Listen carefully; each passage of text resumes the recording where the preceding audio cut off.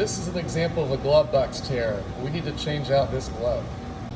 Step one to replacing a glove, find a replacement glove.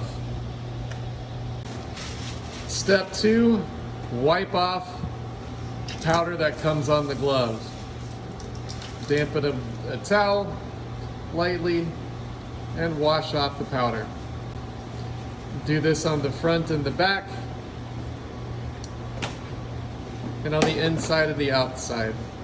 And then dry this with a dry paper towel.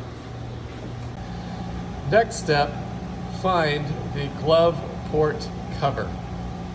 Next, rotate the knob counterclockwise to loosen the cover.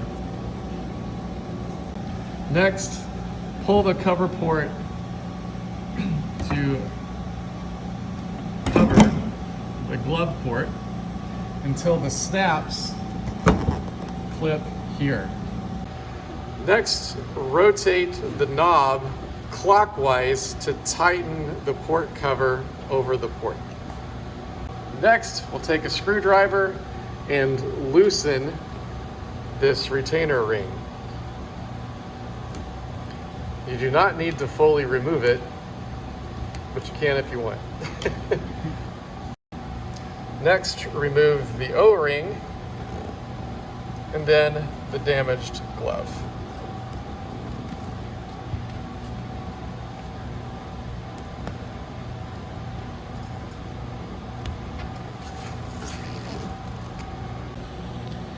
This is how the port cover should look when secured properly.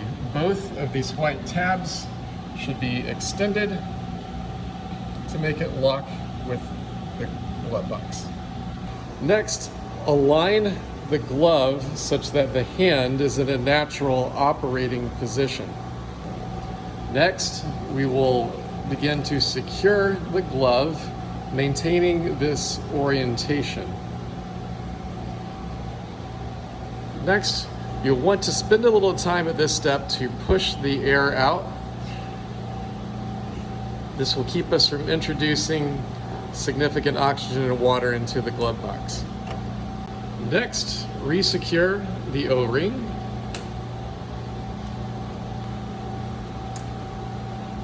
We will resecure the outer ring with the screwdriver. So at this step, we want to loosen the cover by rotating counterclockwise and then slightly push the cover in to allow a little of the glove box air into the glove to slowly purge out this glove. The oxygen count will go up, but shouldn't go crazy. When done, push the tabs through, remove the cover carefully, and voila, you have a new glove in place. Be sure and purge the glove box to get the atmosphere normal again, and you're done.